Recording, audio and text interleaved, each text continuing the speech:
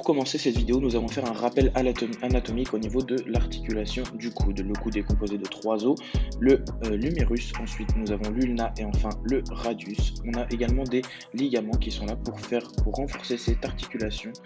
Et donc nous avons le ligament collatéral radial qui est en deux parties, une partie antérieure et une partie postérieure. Nous avons également le ligament annulaire qui entoure la tête proximale du radius. Enfin nous avons le ligament collatéral ulnaire qui est en 3 parties, une partie postérieure, une partie latérale et enfin une partie antérieure. Bonjour à toutes et à tous, on se retrouve donc pour ces deux premiers tests de l'instabilité de coude. Le premier test, donc, c'est le test de valgus.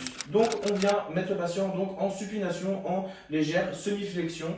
On vient mettre une main au niveau du poignet pour fixer et avec l'autre main on vient appliquer une force donc latéromédiale au niveau du coude. Donc là on vient bien chercher le valgo du patient.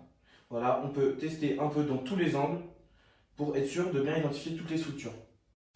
Ensuite, prochain test, donc c'est la même chose, c'est le test du varus. Du coup, on vient pareil, semi-flexion de coude, supination. Cette fois, par contre, on vient exercer une force médio-latérale au niveau du coude. Donc là, on vient bien chercher le varus du patient. On peut changer un petit peu les flexions, les degrés de flexion au niveau du coude pour venir chercher toutes les structures qui pourraient être touchées. Si on a une reproduction des symptômes ou une instabilité au niveau de ce coude, on peut dire que le test est positif. Ce test il s'appelle le Moving Valgus Stress Test. Tout simplement pour ce test, on va venir demander donc une abduction d'épaule de 90 degrés, une flexion maximale, on vient chercher la rotation externe totale d'épaule et on vient également chercher le valgus au niveau du coude. Et là, ce que je vais venir tester, donc, c'est la flexion et l'extension au niveau du coude du patient. Donc on vient chercher la flexion, ensuite on vient chercher l'extension. Le test est positif si le patient ressent une douleur au niveau de la face interne de son coude entre les 70 et les 120 degrés de flexion. Donc le test d'instabilité postéro-latérale rotatoire. On vient donc demander au patient de mettre son bras au-dessus de sa tête comme ceci. On vient chercher ensuite la supination de l'avant-bras, la flexion de coude à 90 degrés. Ici, moi je vais tenir la main de mon patient au niveau du poignet et je viens sur la face latérale de son coude pour venir faire une force, encore une fois, latéromédiale pour faire un valgus au niveau de son coude.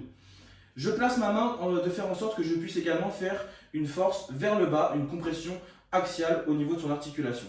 Donc là, je viens exercer ma force, ma compression, et donc je viens chercher les flexions et extensions d'épaule et de coude également.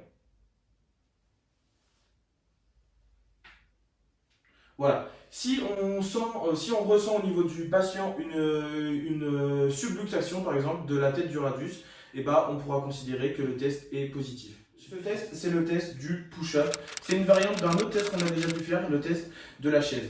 Donc là, tout simplement, on va demander au patient de se mettre en position de pompe. Donc voilà, on sent que Elliot a l'habitude de se mettre dans cette position. Et donc les mains à ce niveau-là, flexion de coude, extension légère d'épaule pour venir se préparer à faire une pompe. Cette pompe, on l'a fait donc au niveau seulement du buste. Donc je vais demander à Elliot de détendre ses bras tout simplement. Voilà, il va venir donc faire cette position de pompe. Si on voit une subluxation de la tête du radius, si on a une reproduction des symptômes ou si il apparaît une douleur au niveau de notre patient, on peut considérer que le test est positif. Pour ce dernier test d'instabilité du coude, donc ce test, c'est le test de relocalisation de la tête du radius. Donc on va demander au patient de se mettre sur la table, donc avec les mains en supination à ce moment-là. Une légère flexion donc, de tronc et de genou pour pouvoir bien réaliser le test. Et on va lui demander donc faire une flexion au niveau du coude. Donc voilà, il va venir ici. Et nous, on va venir donc au niveau de la tête du radius et on va venir appliquer une force qui va permettre donc de recentrer le radius au niveau de l'articulation. Donc voilà, on va venir faire une force à ce niveau-là et on va lui demander donc de faire une flexion de coude et une extension ensuite. Hop là, il va venir et on remonte. Voilà, très bien. Si on a une disparition des symptômes avec ce test, on peut considérer que le test est positif.